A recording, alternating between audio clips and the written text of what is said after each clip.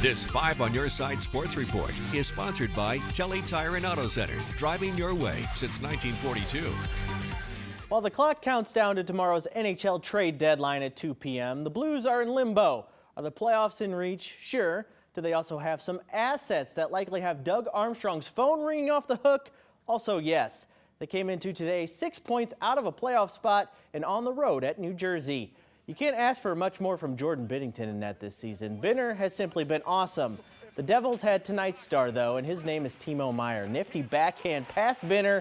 That's his first goal. Another Meier goal after that. Blues get on the board. Brandon Saad converts after a shot rings off the post. 2-1 Devils.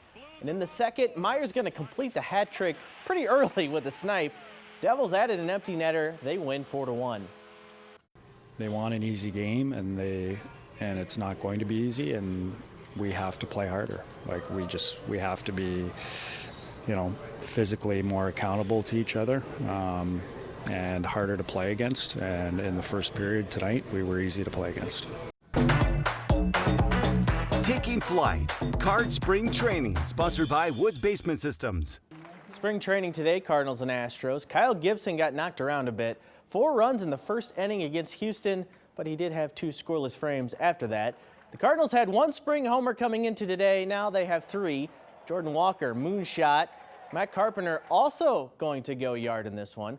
Cards lose 6-3, and with that first Jordan Walker homer of 2024, it's hard not to get excited about the 21-year-old again, especially now with a year of big league experience under his belt.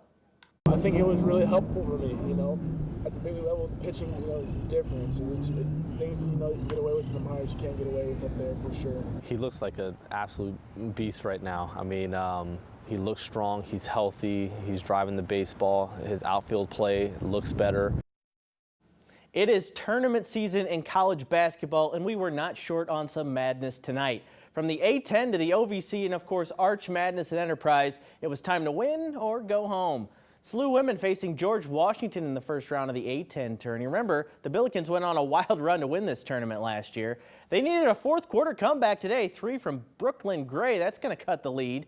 Bills kept chipping away. Kyla McMakin, she was on fire. Tough and one that helped put SLU ahead. She had 22, and SLU wins 75-68 to advance. SIUE trying to keep their season alive in the OVC tourney quarterfinals against Morehead State. Cougars down early, but they'd fight back. DeMarco Minor, that's good for a tough 3.